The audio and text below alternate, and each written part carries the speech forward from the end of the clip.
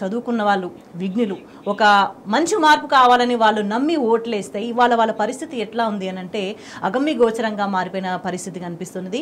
మనం గతంలో అనేక సంఘటనలు జరిగినప్పుడు కూడా చూసినాం. అంటే ఈ సంవత్సరం ఆఖరి ఆపర్చునిటీ, జీవితానికి లాస్ట్ ఆపర్చునిటీ అనుకున్న వాళ్ళ పరిస్థితి ఏంటి, వాళ్ళ జీవితాలు ఏంటి, ఇన్నేళ్ల నుంచి వాళ్ళంతా కూడా ఆశలు పెట్టుకున్నారు. ప్రభుత్వం కనీసం స్పందించట్లేదు. మరి ఇచ్చిన హామీల మేరకు ఎక్కడ కూడా కనీసం మాట్లాడట్లేదు. ఈ వైఖరిని ఎట్లా తీసుకోవాలి, ఏమనుకోవాలి? అంటే ఎన్నికల ముందు కేసీఆర్ గారు తెలంగాణ రాష్ట్రం వచ్చిన తర్వాత నీళ్లు నిధులు నియామకాల ట్యాగ్ లైన్ మీదనే గత 9.5 సంవత్సరాలు గారు కేసీఆర్ గారు ప్రభుత్వం పనిచేసింది. దాదాపు 2,32,000 ఉద్యోగాలకు ప్రభుత్వం అనుమతి ఇచ్చి దాదాపు 2,02,000 ఉద్యోగాల కోసం అన్ని నోటిఫికేషన్లు ఇచ్చినాయి. నోటిఫికేషన్లు ఇచ్చి అన్ని భర్తీ 1,60,000 ఉద్యోగాలు భర్తీ చేసి వాళ్ళందరూ ఇలా పోస్టింగ్లు ఉన్నారు. ఇవాళ తెలంగాణలో కొత్తగా జాబ్ చేస్తున్న కొత్త ఎంప్లాయీస్ ఎవరు ఉన్నట్టు వాళ్ళంతా కేసీఆర్ గారి ప్రభుత్వంలో రిక్రూట్ అయిన ఉద్యోగులే వాళ్ళు. ఈ ప్రభుత్వం వచ్చినాక కొత్తగా రిక్రూట్మెంట్ చేసింది ఏం లేదు. ఆ రోజు సెలక్షన్ ప్రాసెస్లో కొన్ని ఎలక్షన్ నోటిఫికేషన్ ఉండడం వల్ల, ఎలక్షన్ కోడ్ రావడం వల్ల, కొంత అపాయింట్మెంట్ ఆర్డర్స్ ఇవ్వడంలో పెండింగ్ ఉండడం వల్ల 42,000 ఉద్యోగాలు ఆ రోజు మాత్రమే పెండింగ్ ఉన్నాయి. కేసీఆర్ గారు ఏదైతే నోటిఫికేషన్ ఇచ్చారో అందులో 42,000 ఉద్యోగాలు మాత్రమే పెండింగ్లో ఉన్నాయి. ఇవాళ ఈ ప్రభుత్వం వచ్చినాక రేవంత్ రెడ్డి గారు ముఖ్యమంత్రి అయిన తర్వాత ఇచ్చిన 60,000 ఉద్యోగాలు మేమే ఇచ్చినామని చెప్పుకుంటున్నారు.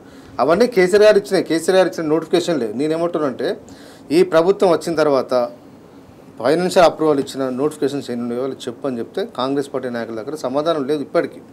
ఎన్నికల ముందు వీళ్ళు ఏం హామీ ఇచ్చారు? కాంగ్రెస్ పార్టీకి అవకాశం ఇవ్వండి, 2 లక్షల ప్రభుత్వ ఉద్యోగాలు ఇంకా ఖాళీలు ఉన్నాయి, బిస్వాల్ కమిటీ సూచించింది ఇంకా 2 లక్షల ఉద్యోగాలు ఖాళీలు అని చెప్పి ఎన్నికల ముందు అనేకమైన మీటింగ్ లోపల బిస్వాల్ కమిటీ గురించి చాలా సభల లోపల మాట్లాడిన రేవంత్ రెడ్డి గారు ఎన్నికల తర్వాత మరి మర్చిపోయారా, లేదా బిస్వాల్ కమిటీ రిపోర్ట్ అయినా మాయమైపోయిందా?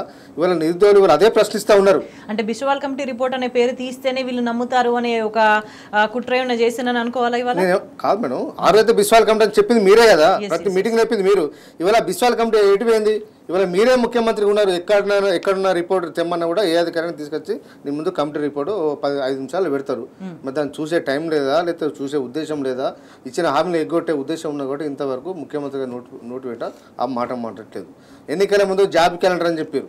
కేసీఆర్ గారి ప్రభుత్వం జాబ్ క్యాలెండర్ ఇవ్వట్లేదు, మేము క్యాలెండర్ ఇస్తాం, మమ్మల్ని నమ్మండి అని చెప్పి అనేకమైన మాటలు మాట్లాడారు. ఆ రోజు కోదండ రామిరెడ్డి గారితో కూడా వారు అనేకమైన మీటింగ్లలో వారితో పొత్తు పెట్టుకుని ఎన్నికల్లో ప్రజలు నమ్మించడానికి కోదండ రామిరెడ్డి గారితో కూడా వాళ్ళు పొత్తు పెట్టుకున్నారు. తర్వాత రాహుల్ గాంధీ గారు ఆర్టీసీ ఎక్స్పోర్ట్స్ తీసుకొచ్చి లైబ్రరీల పంట కూడా రాహుల్ గాంధీ గారిని తింపారు. ఒక జాతీయ పార్టీ నాయకుని, జాతీయ స్థాయి నాయకుని తీసుకొచ్చి లైబ్రరీలో తీసుకొచ్చి నమ్మేయాలనే ఉద్దేశంతో ఆ రకంగా ఎన్నికల ప్రచారం ఇస్తే తెలంగాణ ప్రజలు, నిరుద్యోగులందరూ నమ్మి సరే ఒకసారి కాంగ్రెస్ పార్టీకి అవకాశం ఇద్దాం, వీళ్ళు మాట ఇచ్చారు కదా 2 లక్షల ప్రభుత్వ ఉద్యోగాలు భర్తీ చేస్తా అని చెప్పారు కదా, చూద్దామనే ఉద్దేశంతో వాళ్ళు నమ్మి వాళ్ళు ఓటేస్తే ఇంతవరకు దాని మీద అది లేదు. ప్రశ్నించిన వాళ్ళ మీద అశోక్ నగర్ చౌరస్తాలో కూడా వాళ్ళ మీద లాఠీచార్జ్ చేపిస్తుండ్రు రేవంత్ రెడ్డి గారు. వీళ్ళ కాంగ్రెస్ పార్టీకి ఉన్న నిరుద్యోగుల పట్ల ఉన్న చిత్తశుద్ధి ఇలాంటిది.